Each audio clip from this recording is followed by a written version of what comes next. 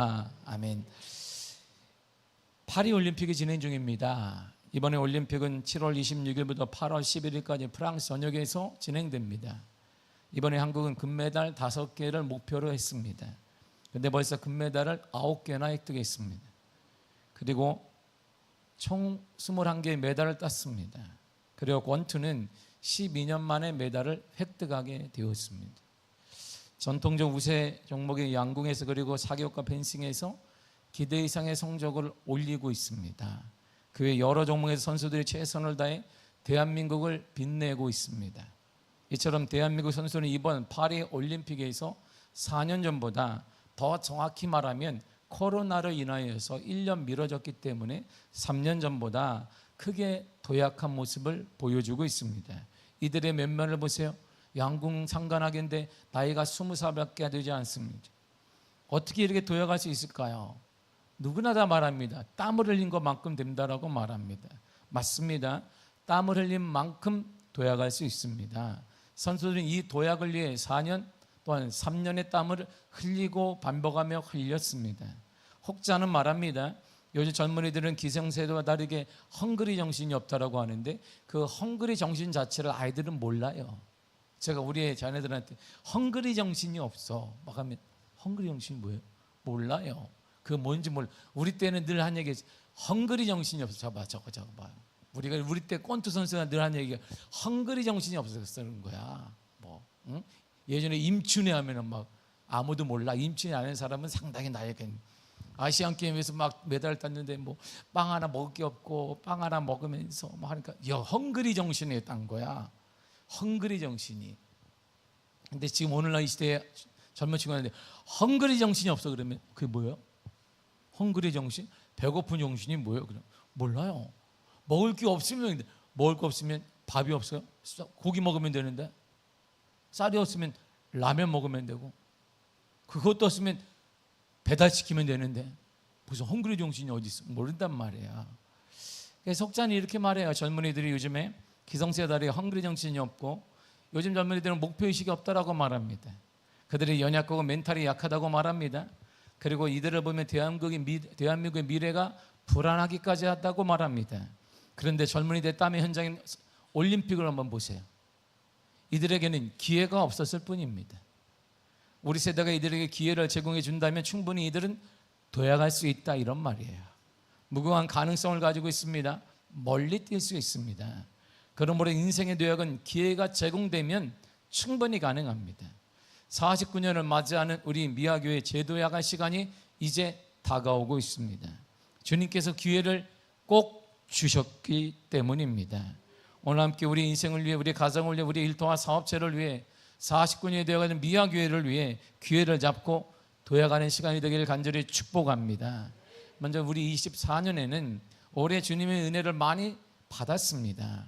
그래서 우리가 찬양한 것처럼 하나님 아버지께 감사하세, 구원의 예수님께 감사하세, 위로의 성령님께 감사하세, 이거밖에 없는 거예요. 볼 때마다 너무나 감사한 거예요. 짧은 우리가 7개월을 보냈는데 하나님의 은혜요, 하나님의 역사이며 하나님께 감사한 것밖에는 우리에게 할 말이 없습니다. 그거 저거 많은 은혜를 주셨습니다. 더 많이 섬길 수 있는 은혜를 허락해 주셨습니다. 올해 7월까지 제가 보니까 우리 교회가 모았다면, 외부로 쏟지 않고 모았다면 상당한 많은 돈이 있었을 것 같아요. 근데 과연 있었을까 이런 생각이 드는 거예요. 그 우리가 섬기지 않고 외부에 섬기지 않고 가지고 있으면 모아졌을까? 절대 성경적 원리는 그러지 않을 것이다라는 생각을 갖게 되고, 하나님의 은혜이구나. 이 작은 교회를 섬길 수 있는 것, 하나님 베풀 수 있는 것도 모두가 다 하나님의 은혜라는 생각을 갖게 됩니다. 그리고 여전히 주님께서 우리에게 은혜를 부어 주시고 계십니다. 그리고 감사하게 우리가 지난 6월 5일에 교회 은혜빛 모두를 청산할 수 있는 은혜도 하나님 허락해 주셨습니다. 그러나 우리에게 주신 가장 큰 은혜는 바로 예배 회복입니다. 올해 주님께서 우리에게 주신 은혜가 많습니다. 축복이 많습니다. 그러나 최고의 것이 뭐라고 뽑을 수 있다면, 제게 묻는다면 하나님 앞에 예배 회복이에요. 예배 회복. 역동성 있는 예배, 기도가 있는 예배, 열정이 있는 예배, 감격이 있는 예배, 눈물이 있는 예배, 아멘이 가득한 예배. 할렐루야. 오늘 예배 가운데 성령님의 임재가 가득하기를 축복합니다. 주님의 임재를 경험하기를 간절히 축복합니다. 이제 우리 다음 주 일임 우리 미아교회는 49살이 됩니다. 이제 이전에 경험하지 못했던 도약을 위해 우리가 무엇을 준비해야 할까요? 본문이 답을 제시해 주고 있습니다. 다시 말하면 49년 된 우리 미아교회가 역동적인 모습으로 다시 도약하며 회복하는 답을 오늘 본문이 우리에게 제시해 줍니다. 이스라엘은 우리식으로 보면 다 모태신앙인들입니다. 이들은 민족 자체가 여호와 신앙을 가진 민족이기 때문에 당연히 이들의 자녀들 또한 여호와 신앙을 자연스럽게 터득하며 살아가는 사람들입니다. 그리고 그 신앙 안에서 배우는 것들, 율법, 교리 등에 따라 이들의 삶의 기준이 세워집니다. 그 기준에 따라 살아가는 사람들이 바로 이스라엘 민족이며 그래서 이들을 선민이다라고 성경은 말해주고 있는 것입니다. 그런데 이들이 하나님의 말씀을 떠날 때마다 하나님은 큰 진노를, 큰 재앙을 이들에게 내리셨습니다. 에스겔 7장 3절과 4절을 이렇게 말합니다. 시작. 이제는 내게 끝이 일어났나니 내가 내 진노를 내게 나타내어 내 행위를 심판하고 내 가증한 일을 보응하리라. 내가 너를 불쌍히 여기지 아니하며 긍휼히 여기지도 아니하고 내 행위대로 너를 벌하여 내 가증한 일이 너희 중에 나타나게 하리니 내가 여호와인 줄 너희가 알리라. 아멘. 반복되는 말은 뭐예요? 자, 끝이 됐다. 끝이 다가오고 있다. 행위를 심판할 것이다. 내가 너를 보응할 것이다. 행위대로 벌할 것이다. 그리고 나서 이 본문의 에스겔 7장을 보면 11절 18절까지가 경제적인 재앙이 올 거다 이렇게 말합니다. 경제로 어려움을 당할 것이다. 이전에 넉넉했으나 넉넉하지 못할 것이다. 그리고 19절에 24절로 보면 예배의 재앙이 올 것이다. 성소 예배가 더럽혀질 것이다. 더럽혀진 곳에 더 이상 하나님이 계시지 않기 때문에 예배를 드린다 해도 하나님을 만나지 못할 것이다. 우리가 모여있다 하나님의 감격, 하나님의 은혜를 경험하지 못할 것이다. 우리가 찬송한다 할지라도, 모여서 소리를 높인다 할지라도, 우리가 기도한다 할지라도 하나님은 그 자리에 없을 것이다. 너희들이 아무리 소리쳐 보아라 나를 만나지 못할 것이다. 이 재앙이 임한다는 거예요. 그리고 26절에 보니까 지도자들, 권력자들은 그 지도력을 상실할 것이다. 아무도 따르지 않을 것이다. 리더십의 흠이 갈 것이다. 그리고 27절에 보니까 너희들이 그렇게 행복했던 그거 다 소멸될 것이다. 행복은 사라지고 불행과 고통이 찾아올 것이다 라고 하나님의 재앙이, 하나님의 보응이, 하나님의 벌이 임하게 된다는 것이 왜? 하나님을 떠났을 때 말이에요. 하나님의 말씀을 대로 살지 않을 때 말입니다. 도대체 이들이 누구일까요? 바로 이런 사람들입니다. 로마서 1장 21절입니다. 시작. 하나님을 알되 하나님을 영원롭게도 아니하며 감사하지도 아니하고 오히려 그 생각이 허망하여지며 미련한 마음이 어두워졌나니. 아멘. 하나님을 너희들이 안다라고 말하면 우리 하나님을 압니다. 어릴 때부터 배웠습니다. 모태신앙인입니다. 하나님을 내가 알죠. 아니가 짚은 자가 되었습니다. 신앙 고백도 하는 것 같습니다. 여러 가지 생각도 있습니다. 하나님은 내가 착하면 압니다. 그런데 하나님을 영화롭게 하지 않았다. 그 하나님께 감사하지도 않았다. 너희들의 생각이 하나님이 아니라 다른 쪽을 향하였다.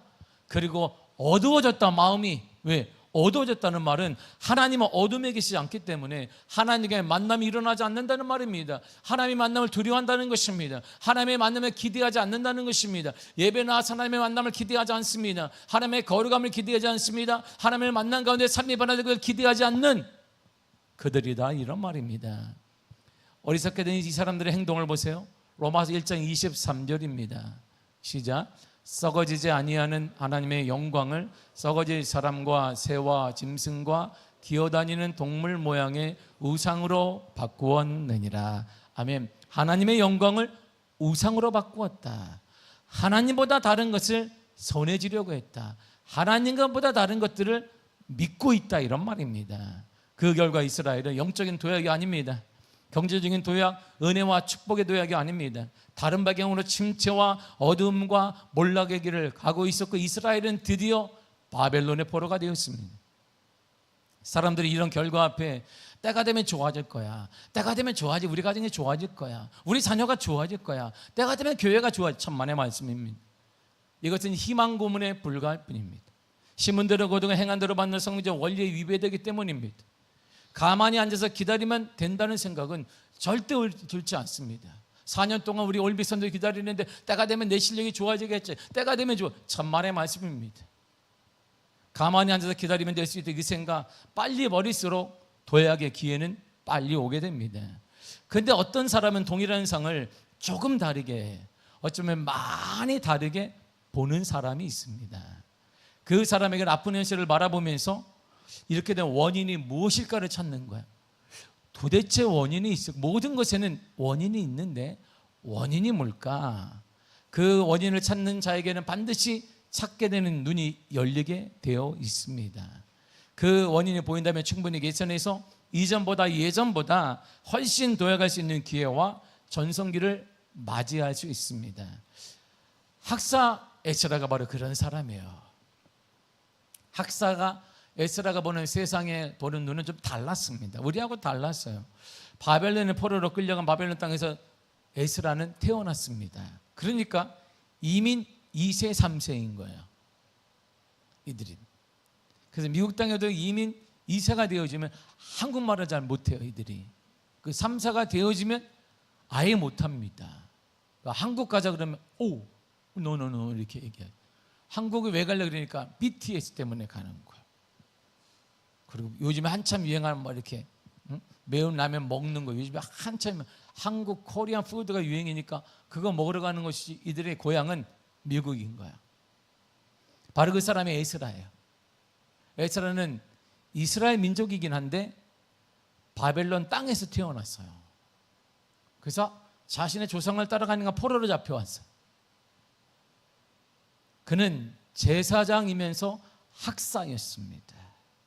말씀을 가르치는 사람이었어요. 그의 눈에는 이스라엘의 아픈 현실이 조금 다르게 보였습니다. 그는 바벨론에서 이스라엘의 불행과 미국이 하나님을 업심여겼기 때문이다. 이렇게 그런 결론을 맺었습니다. 하나님의 말씀을 본질과 하나님의 말씀에 대한 권유를 무시하고 자기 감정대로 살아가느라 영적인 소망을 버렸기 때문에 이런 아픔이 왔다라고 그는 결론 내렸습니다. 그래서 이스라엘이 하나님으로부터 버림을 받았다는 것은 기도하는 중에 깨닫게 된 거예요. 그렇다면 이 모든 문제를 회복하고 새롭게 되어가기 위해 가장 먼저 해야 될 일은 딱 하나밖에 없습니다. 하나님과의 관계를 회복하는 것입니다. 페르시아 바사가 바벨론이 이스라엘을 정복했어요. 바벨론이 커졌는데 그 바벨론을 우리가 말하는 바사, 성경에 말하는 바사, 페르시아가 점령해 버렸습니다. 거기에서 에스라가 태어났어요. 그러니까 자기 조상은 바벨론 민족에서 끌려왔는데 그가 태어나니까 바벨론은 사라지고 페르시아가 꽉 중동 지방을 잡고 있는, 거기서 태어났어요. 그러니까 그가 언어는 페르시아어를 배워야 되나? 바벨론어를 배워야 되나? 근데 나는 집에서 쓰는 말은 히브리어를 쓰고 있는 거예요. 그럼 나는 뭐지? 나는 이스라엘 사람인 거야? 바벨론 사람인 거야? 페르시아 사람인 거야? 혼동이 많이 왔어요. 그러나 이스라엘 모든 백성들이 그렇듯 신앙적 교육과 민족적 교육에 따라 그는 자신이 이스라엘 사람임을 대번에 감지하고 느꼈습니다. 페르시아가 세계를 지배하는 과정에서 아닥사스다 왕 때에 에스라가 서기관이 되었어요. 서기관이 말하며 쓰는 거예요. 필적에 좋아하는지 아무튼 가문이 좋아하는지 모르겠지만 대단히 뛰어난 사람입니다. 그는 바벨론 포로로 잡힌 민족의 2세였지만 뛰어난 지혜와 청명함으로 총망받는 사람이 되었어요. 당시 이스라엘 출신으로는 꽤 출세한 자가 되었다 이런 말이에요. 지금 보세요. 미국의 여자 대통령이 나올 것인가 말까 하는데 그 여자 대통령의 민족은 우리가 인도예요. 인도계야. 아시아니까. 거기서 만약에 나오면 여성이라 우리나라는 벌써 여성 대통령이 나왔지만 처음으로 나오는 것도 되지만 인도계 여성이 나오는 거예요. 민족이 인도 사람이란 말이에요. 이처럼 그 인도인들이 전폭적인 후원하는 거 아니겠어요? 인도인들이 얼마나 많은데. 이처럼 이 사람도 마찬가지예요. 이스라엘 사람들이 볼 때 와, 우리 에스라 대단한 거야. 출세한 사람이, 민족을 대표해서 출세한 사람이야. 와, 에스라는 왕 옆에 있는 사람이야. 대단한 프라이드를 가졌습니다. 그도 갖고 이스라엘 민족도 가졌습니다. 그런데 에스라는 이스라엘의 영적인 상태가 하나님 앞에 잘못되어지면 더 심한 채찍과 시련 가운데 멸망하게 될지도 모른다는 두려움을 가졌습니다. 그 이유는 이스라엘의 현실을 보여주는 거예요. 아무런 소망이 없는 이스라엘, 늘 고통하는 이스라엘, 불평만 있는 이스라엘, 하나님을 찾지 않는 이스라엘을 바라보며 도대체 하나님의 살아계신 게가 왜 하나님을 잃어버렸을까라고 고민하게 되었습니다. BC 538년에 1차 포로교환이 이루어져요. 바벨론에 있던 사람들이 1차로 고향 땅으로 돌아가는데 스룹바벨의 인도로 적지 않은 사람들이 예루살렘에 돌아갔습니다. 그리고 24년 만에 예루살렘 성전을 짓습니다. 그리고 봉헌식을 합니다. 그런데 건물은 딱 지어놨는데 이들이 건물을 딱 지어놓고 하나님을 완전히 버려. 자, 완성됐다. 교회 건물이 있다. 됐네. 이제 우리가 할 거 다 했네. 하나님에 대한 의식도 없고 하나님을 두려워하는 것도 없고 하나님에 대한 기준도 없습니다. 육신의 원함에 따라 살아가는 모습으로 가득했습니다. 그리고 유대교의 종교적 지도층 인물이었던 제사장, 레위인들, 성전에 예배하던 찬양대원들, 성전을 지키던 경비들과 같이 이들도 똑같이 먹고 살고 대접받고 봉사하는 일에 최선만 다하면 먹는 거에만 최선을 다했습니다. 하나님을 우습게 여겼습니다. 예배 방식도 바꿔버렸습니다. 따르는 것이 그리고 하나님 말씀이 아니라 시대정신은 오늘날 우리의 시대정신은 하나님의 말씀이 아니라 이 쾌락을 위해서 우리의 유익을 위해서 사는 것이 시대정신이라고 그들은 생각했습니다. 그러나 하나님은 이미 이들에게 이렇게 예전부터 말씀하셨어요. 출애굽기 34장 15절과 16절입니다. 시작. 너는 삶과 그 땅의 주민과 언약을 세우지 말지니 이는 그들이 모든 신을 음란하게 섬기며 그들의 신들에게 제물을 드리고 너를 청하면 내가 그 제물을 먹을까 함이며 또 내가 그들의 딸들을 내 아들들의 아내로 삼음으로 그들의 딸들이 그들의 신들을 음란하게 섬기며 내 아들에게 그들의 신들을 음란하게 섬기게 할까 함이니라. 아멘. 하나님 말씀하셨습니다. 이방민족과 언약을 세우지 마라. 왜냐하면 그들의 딸들을 받으면 너희들의 아들들이 그들의 딸들이 가지고 온 이방신들을 그를 사랑하기 때문에 함께 섬기게 될 것이니까 혼합종교가 일어날 거야. 그러니까 절대 신앙을 지켜야 된다고 이미 말씀하셨어요. 하나님의 에스라를 하나님의 뜻을 이루는 신실하고 충성된 일꾼으로 선택하셨습니다. 그래서 아닥사스다 왕을 성령으로 감동시켜서 많은 재물을 에스라에게 주었습니다. 그리고 갈 사람 손들어 보세요 그러니까 1745명이 나왔어요. 돌아가겠습니다. 왜 나머지를 안 갔을까요? 거기가 좋은 거예요. 살만한 거예요. 이스라엘 들어보니까 폐허되어지고 건물 하나 딱 지었는데 건물 교회 건물 예루살렘 성전 건물 하나 있는데 나머지 다 폐허 상태예요. 그리고 미개국이에요. 선진국의 문물을 모았으니까 가기 싫다는 거예요. 그 자원한 사람이 1745명이 나왔습니다. 그들과 함께 예루살렘으로 에스라가 돌아갔어요. 예루살렘으로 가는 길을 하나님이 시켜주셨고 무사히 귀환하도록 만들어주셨습니다.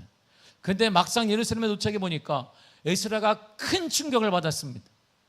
하나님의 성전을 기대하며 하나님의 성전을 위했던 이스라엘 사람들의 거룩성을 기대했던 에스라의 눈에는 너무 큰 충격이었습니다.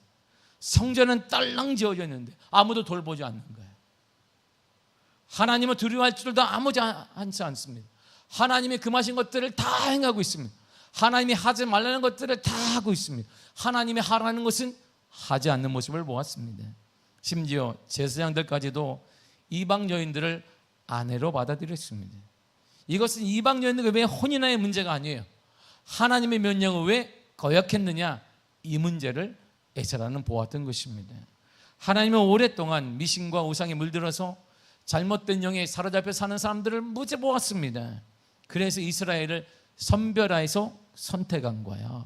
이 구별된 은혜를 받은 백성답게 온전히 구별된 삶을 살기를 원하셨습니다. 그러나 이들의 삶은 달라요. 시대 정신이 아니라는 게 이렇게 고리타분하다는 것입니다. 하나님만을 섬기는 것, 하나님만을 의지하는 시대와 동시에 맞지 않는다는 것입니다. 이 시대의 가장 큰 힘은 하나님이 아니라는 거예요. 이 시대의 가장 큰 힘이 뭘까요? 바로 돈입니다. 이 시대의 가장 큰 힘이 뭐예요? 돈입니다. 아이들의 꿈이 뭐예요? 건물주 되는 것입니다. 여러분들의 꿈은 뭡니까? 다르지 않습니다. 아이들은 대놓고 건물주지만 우리도 피차 똑같습니다. 우리도. 그게 그 모습을 에스라가 본 거예요. 근데 여기 있는 사람들은 너무나 평범한 거예요. 그게 더 충격이었단 말이에요. 에스라에게는. 아니 저게 아닌데 제사장도 똑같고 신앙생활 오래 한 사람 똑같고 초신자도 어린아이도 똑같은 모습을 보았습니다. 인생의 최고의 가치를 돈에 두고 살고 성공과 출세와 번창을 최고의 목표로 두고 살아가는 모습이 에스라에게 너무나 낯설었어요. 그들은 에스라는 타민족 가운데 2세 3세로 살면서 오직 하나님을 섬기는 민족이라는 자부심 안고 살았는데 막상 조국 땅에 왔더니 그런 사람이 없는 거예요. 하나님을 가르치는 사람, 예배드리는 인도하는 자도 최고가 뭐냐? 돈이라는 것입니다. 그래서 오늘 교회가 많이 분란이 일어나는 건 뭐 때문입니까? 돈 때문에. 우리 교회는 분란이 일어날 수가 없어요. 할렐루야. 돈이 없으니까. 우리는 쓸 돈이 없으니까. 그래서 쓰는 거 우리 교회는 분란 일어나지 말라고. 제가 모임에 쓰는 이유가 왜 그랬어요? 분란 일어나지 말아라. 할렐루야. 우리 교회는 기도만 해야 돼. 왜? 하나님이 채워줄 줄 믿습니다 하고. 기도 안 하면 끊어져. 그래서 아주 실감이 나지 않습니까? 이들은 하나님 앞에 인색합니다.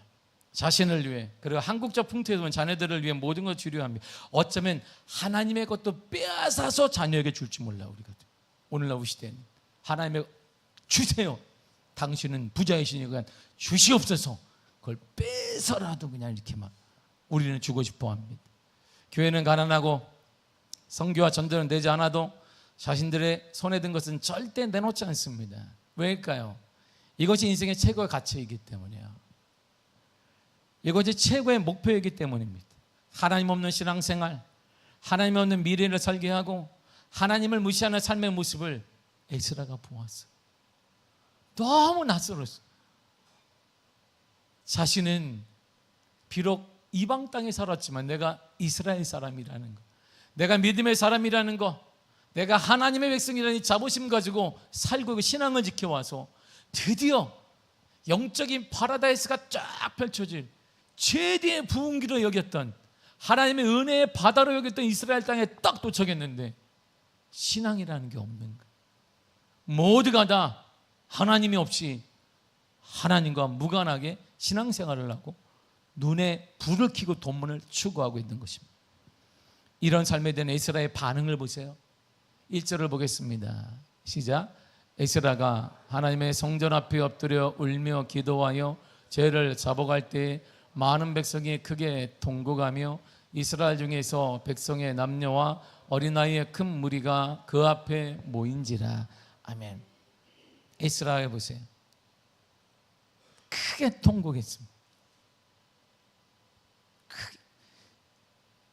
소리를 높여 그냥 소리가 날 수밖에 없어요. 하나님 이건 아닌데요. 하나님 이건 아닌데요.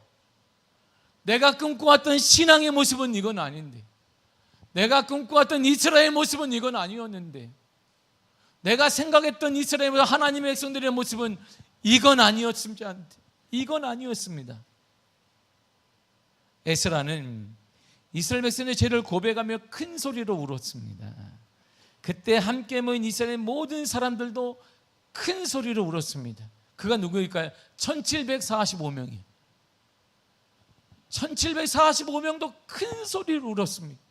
우리 땅이 이렇게 변화될 줄 몰랐다는 거. 하나님 없는 신앙생활을 하고 있는 그들의 모습을 보며 그들이 여전히 하나님이 나오고 그들의 입은 여전히 하나님을 찬양한다라고 말하는데 전혀 하나님의 감동이 없는 그들의 삶을 보며 이들은 크게 울었습니다. 이처럼 죄의 고백, 회개의 외적 모습은 통곡하는 것입니다. 그런데 우리를 보세요. 우리 다 메말라 버렸습니다. 여러분이 우는 것은 하나님을 떠난 죄 때문이십니까? 아니면 당장 필요한 것이 부족해서 우는 것입니까? 여러분이 가끔 울고 가슴이 속 타는 것은 죄에 대한 철저한 회개이십니까? 하나님의 은혜에 대한 목마름이십니까? 은혜를 통한 제대역을 해야 되는데, 은혜가 와야 되는데, 회복이 일어나야 되는데, 하나님의 역사가 일어나야 되는데, 하나님의 은혜가 가득해야 되는 이것 때문에 우시는 것입니까? 아니면 자녀들의 미래 때문이십니까? 우리가 회개하지 않으면, 철저히 회개하지 않으면 우리 자녀들은 여전히 그럴 것입니다. 우리 삶은 여전히 그럴 것입니다. 우리의 가난은 여전할 것입니다. 우리의 불평과 불만은 끊임없이 지속될 것입니다. 우리의 얕은 신앙은 여전할 것입니다. 자신들의 삶 속에서 이렇게 외적 눈물을 흘리며 기도하는 모습을 처음 본 사람이 있어요. 같이 살았는데, 이 스가냐는 사람은 대표자인데 처음 봤어. 이렇게 이스라엘 민족이 하나님 때에는 우는 모습을 처음 봤다는, 이게 얼마나 아이러니한 거예요. 우리 같은 신앙이 있는데, 잘 봐요, 신앙이 있는데 하나님 때문에 우는 모습을 처음 본 거예요. 어머, 돈 때문에 울어야 되는데, 뭐 때문에 울어야 돼? 자녀 때문에 울어야지, 취업 때문에 울어야지, 건강 때문에 울어야 되는데 하나님 때문에 우는 거예요. 에스라와 백성들이 그걸 대표자인 스가냐가 보았어요. 너무 큰 충격을 스가냐가 받았습니다. 그리고 이렇게 말합니다. 2절을 보세요. 시작. 우리가 우리 하나님께 범죄하여 이 땅 이방 여자를 맞이하여 아내로 삼았으나 이스라엘에게 아직 소망이 있나니. 보세요. 맞습니다. 우리가 범죄했습니다. 그런데 아직 소망은 있습니다. 스가냐가 누구인지 정확히 알 수 없습니다. 그러나 백성들의 대표 중에 한 사람에게 분명합니다. 그런 것도 이스라엘 백성들이 큰 소리를 회개하는 모습을 처음 본 거예요. 너무나 아이러니하지 않아요? 아니, 당연한 건데 하나님 때문에 울고, 하나님 때문에 소망을 받고 하나님께 기도하는 가운데 하나님의 친밀해서 울고, 하나님의 은혜로 울고, 하나님의 통곡하면 내가 왜 주를 떠났다는 것 때문에 울어야 되는데, 그걸 대표자가 처음 보고, 대표가. 이게 오늘날 우리의 모습인 거죠. 하나님 때문에 우는 사람이 낯선 거예요. 우리는 그런 사람을 본 적이 없는 거예요. 교회 안에서도 뭐 때문에 해야 되는데 돈 때문에 우는 거예요. 자녀 때문에 우는 거예요. 취업 때문에 우는 거지. 진학 때문에 우는 거지. 뭐 때문에, 건강 때문에 우는 건데, 하나님 때문에 우는 사람이 너무나 낯선 시대에 이 우리가 살고 있는 거예요. 그러니 지도자인 그 사람도 너무 그 충격에 우리가 맞습니다. 그런데 소망이 있지 않습니까? 이렇게 얘기해요. 그 모습에 감동을 받았다는 것입니다. 이스라엘의 간절한 자복의 기도와 백성들의 진정한 회개를 통해 죄에서 완전히 돌아서기만 한다면 하나님께서 용서의 은총을 베풀어 주지 않겠습니까? 이 같은 범죄 사건이 전화위복의 계기가 되지 않겠습니까? 이스라엘에 대한 대적인 종교개혁의 시발점이 되지 않겠습니까? 소망이 있는 거 아닐까? 이렇게 말하는 것입니다. 그래서 스가냐는 이렇게 말을 이어갑니다. 3절을 보겠습니다. 시작. 내 주의 교훈을 따르며 우리 하나님의 명령을 떨며 준행하는 자의 가르침을 따라 이 모든 아내와 그들의 소생을 다 내보내기로 우리 하나님과 언약을 세우고 율법대로 행할 것이라. 아멘. 제사장인 에스라를 주로 고백합니다. 당신은 주인이십니다. 말씀에 쓴 자, 당신이 하나님을 대해 통곡하는 자, 하나님 때문에 우는 자, 당신 하나님의 선택한 자입니다. 철저히 따를 것입니다. 이 사람 회개의 시작은 주님께서 세우신 목자에 대한 철저한 신뢰와 순종으로부터 시작되어지며 그의 입에 넣으신 하나님의 말씀에 대한 철저한 신뢰로부터 시작되어지는 것입니다. 내 주인 당신의 말씀을 따르겠다고 합니다. 그 말이 뭔데? 두 가지. 하나님의 언약을 다시 세울 것입니다. 우리들이 파기했습니다. 우리들이 없애버렸습니다. 그러나 하나님은 파기하지 않았으므로 다시 언약을 세우겠습니다. 그리고 율법 하나님의 말씀을 행하겠습니다. 이런 말로 고백하기 전에 먼저 한 얘기가 있어요. 가르침을 따라 이 모든 아내와 그들의 소생을 내보내겠습니다. 실천하겠다는 거예요. 회개는 말로 하는 게 아니에요. 그러므로 삶이 없는 회개는 거짓인 거예요. 삶이 없는 회개는 가짜인 것입니다. 삶이 따르지 않는 고백은 반성문에 불과한 것입니다. 어떤 말씀이든 순종하겠다는 마음을 고백합니다. 그리고 이것이 내게 가정한 소중한 것이라 해도 버리겠다는 것입니다. 아무리 귀한 것이라 해도 하나님의 뜻이 아니라면 과감히 내어 놓겠다는 것입니다. 영적으로 무너진 이스라엘이 다시 영적으로 도약하고 새롭게 된 비밀이 여기 있습니다. 4절을 쉬운 성경으로 읽겠습니다. 시작. 에스라야 일어나십시오. 당신이 이 일을 믿으셔야 합니다. 하지만 우리도 당신을 돕겠습니다. 그러니 용기를 가지고 하십시오. 아멘. 보세요. 당신이 그 일을 맡으셔야 합니다. 당신이 그 일을 해야 합니다. 그러면 우리가 철저히 따르겠습니다. 지도자에 대한 무한 신뢰를 보내게 됩니다. 불의 잘못에 대한 지도자의 훈계와 책망 등에 의해서 모든 것에 대해 당신의 생각에 판단이 옳다는 무한 신뢰를 가지고 있습니다. 삐지는 거 아니란 말입니다. 하나님의 말씀대로 삐지고 시험들이 그런 게 아니란 말입니다. 맞습니다. 그 말에 맞습니다. 지도의 어떤 결정에도 흔쾌히 따르겠다는 각오를 하고 있습니다. 그 결정이 개인적으로 아프고 손해가 나는 것이라 해도 따르겠다는 것입니다. 이런 고백과 결단이 무너진 이스라엘의 영적 회복과 도약, 종교개혁의 일하는 계기가 되었습니다. 그러자 용기를 가지고 이스라엘가 백성들을 모아요. 그리고 이렇게 말합니다. 5절을 쉬운 성경을 읽겠습니다. 시작. 에스라가 자리에서 일어났습니다. 에스라는 제사장과 레위 사람과 이스라엘의 모든 백성에게 약속을 하게 했습니다. 그들은 에스라가 시킨 대로 약속을 했습니다. 아멘. 좋습니다. 다시 언약을 세워야 합니다. 하나님 말씀대로 살아야 하고 하나님 말씀으로 돌아가야 합니다. 그랬더니 그들이 시킨 대로 하겠습니다. 이런 고백을 해요. 그리고는 에스라는 대제사장인 여호야단의 방으로 갑자기 들어가요. 그런 다음에 더 소리를 높여 옵니다. 그 이유가 이것 때문이에요. 6절을 쉬운 성경을 읽겠습니다. 시작. 에스라는 거기에 있으면서 먹지도 않고 마시지도 않았습니다. 에스라는 포로 생활을 마치고 돌아온 사람들의 믿음 없음에 대해 슬퍼했습니다. 아멘. 믿음 없음 때문에 그가 먹지도 않았어요. 다시 말하게 되면 생명보다, 금식은 생명을 바치는 거잖아요. 그에게 생명보다 귀한 게 뭐냐면 믿음이 있음인데 이스라엘 백성들이 믿음이 없는 거예요. 포로 생활 가운데 하나님이 귀환하게 하셨습니다. 포로 생활 가운데 있는 하나님의 은혜로 귀환하게 하셨어요. 자유민이 되게 하셨습니다. 성전도 건축하게 하셨습니다. 집도 허락해 주었습니다. 자녀도 허락해 주었습니다. 먹을 수 있는 것도 허락해 주었습니다. 근데 이들에게 다 있는데 하나가 없는데 바로 믿음이 없는 거예요. 저도 같은 마음입니다. 하나님의 말씀을 옛 동화책 정도로 알고 있는 취급하는 그 믿음 없음이 제 마음을 가장 아프게 합니다. 믿음이 있다면 그렇게 하지 않을 텐데 수없이 저에게 질문을 해요. 정말 믿음이 있는 세대인지, 우리 교회 성도들이 믿음이 있는 교회인지, 49년 내 정말 믿음이 있는 믿음의 사람들이 모인 것인지 자문하게 됩니다.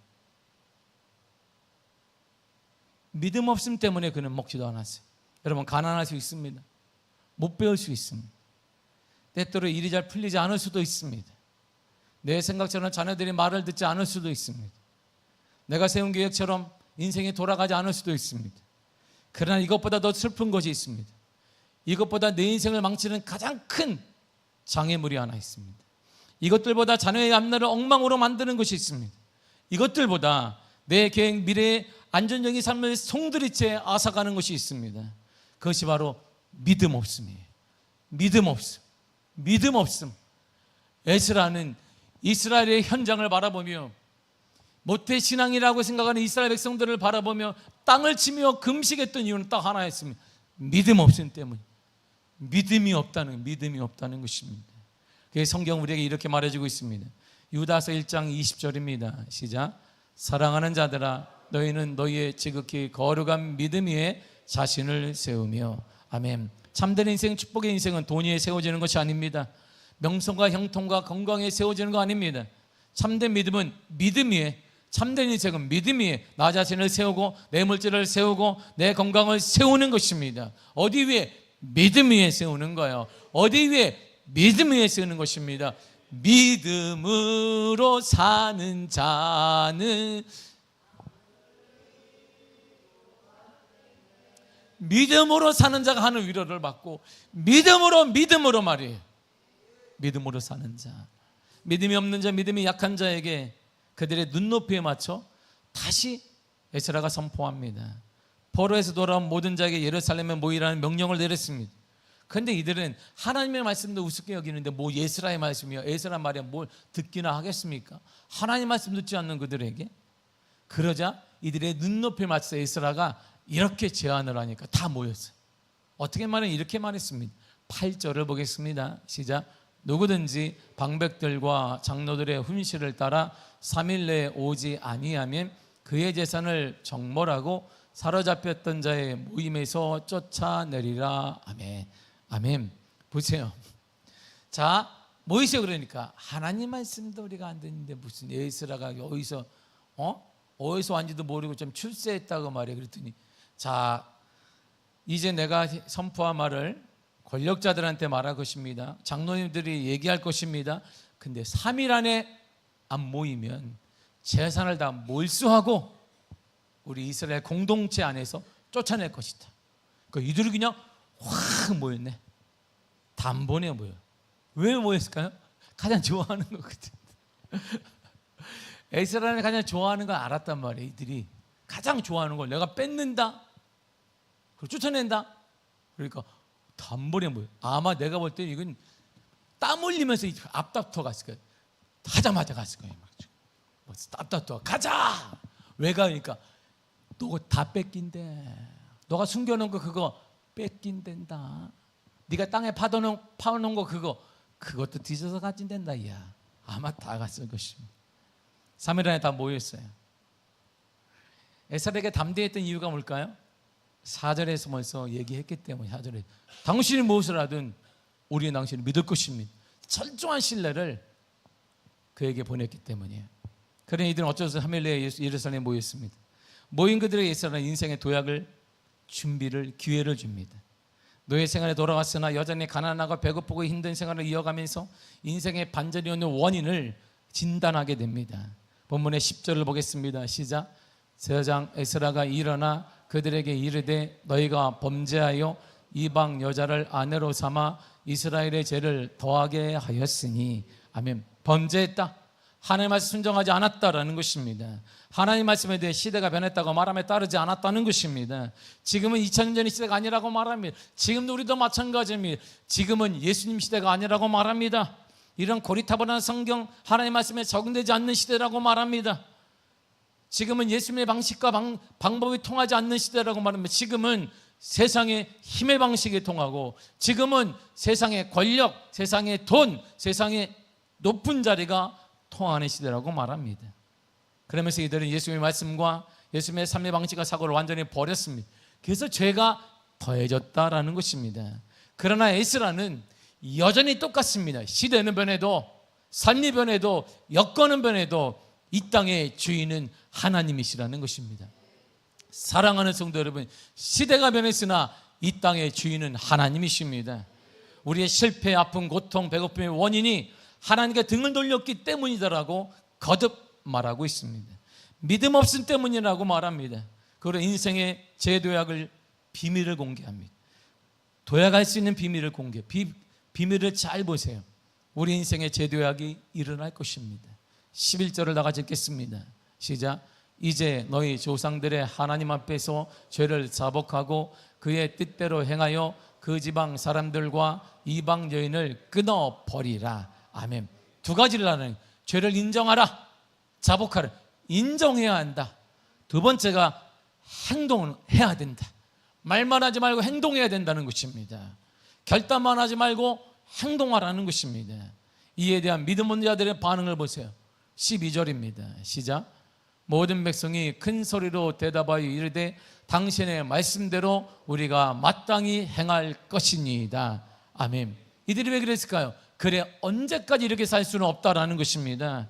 이들에게도 인생의 반전이 필요했다는 것입니다. 그때부터 에스라로부터 인생이 어려진 원인을 듣게 되었고 이들은 처음으로 하나님 말씀을 의지하여 결단하게 되었습니다. 인정합니다. 잘못했습니다. 회개합니다. 그러나 죄를 인정하는 것이란 결단하며 행동하는 것을 전제로 하는 것입니다. 이방 여인을 끊고 돌려보내는 것은 쉬운 게 아닙니다. 그 여인이 내 가족일 수 있습니다. 그 여인이 내 살림을 도맡아 하는 사람일 수 있습니다. 그 여인이 내게 안식과 평안을 주는 사람일 수 있습니다. 그 여인이 내가 가장 사랑하는 여인일 수 있습니다. 그러나 그렇게 하겠다는 것입니다. 왜냐하면 그것이 사는 길이기 때문입니다. 이것이 하나님의 마음을 사는 길이기 때문이에요. 하나님의 진노를 막는 길이기 때문입니다. 하나님의 진정한 기준을 회복하는 유일한 길이기 때문입니다. 도대체 우리는 언제까지 삶의 변함없는 반성만 계속하고 계시겠습니까? 하나님의 은혜를 바란다고 말하면 늘 반성만 하고 또 반성만 하겠습니까? 늘 말로만 고백하고 있겠습니까? 도대체 우리는 어느 때가 되어야 진정한 삶이 있는 회개가 가능하겠습니까? 그리하여 인생의 도약과 가정의 도약과 교육의 도약을 언제가 되어야 맛볼 수 있겠습니까? 이 사건을 계기로 진정한 이스라엘의 종교개혁이 일어납니다. 가정의 회복이 일어나고 자녀들이 집게 돌아와 완전한 신앙의 기쁨을 누리게 됩니다. 일터 회복이 일어나면 교회 회복이 일어났습니다. 인생의 아픔과 고통, 불통은 하나님을 떠날 때 일어납니다. 이제 그런 고통의 삶을 끊어야 합니다. 이제 그만해야 합니다. 그러기 위해 통회하며 눈물을 흘리며 우리의 잘못을 인정하고 그리고 말만 하지 말고 행동으로 돌이켜야 합니다. 물질을 사랑한 자는 물질을 버림으로 나눔으로 진정한 버리는 자가 되어지고 주님보다 사랑하는 그것을 바로 내려놓아야 합니다. 그것 없으면 안 될 것 같고 끝날 것 같은 그것을 내려놔야 합니다. 그럴 때 하나님이 도와주시며 인도하시며 역사하시며 기적의 역사가 일어나게 되는 것입니다. 이런 결단과 행동을 통해 인생의 도약이 우리 미아교의 49년의 재도약이 반드시 일어나게 될 것입니다. 이처럼 하나님과의 관계 회복은 회개로부터 시작됩니다. 회개란 다른 곳을 향해 제멋대로 가던 인생이 말씀과 성령의 깨우침을 받고 하나님을 향해 방향을 바꾸어 돌아서는 것입니다. 이것을 회개운동이라고 말합니다. 이 회개운동이 우리 교회에 일어나기를 축복합니다. 주님, 회개운동이 일어나게 하여 주옵소서. 회개의 바람이 일어나게 하여 주옵소서. 그래야 인생의 새로운 회복이, 인생의 도약이 동시에 일어나게 하여 주옵소서. 이런 놀라운 은혜가 여러분 삶에 가득하게 되는 줄을 축복합니다. 기도하겠습니다.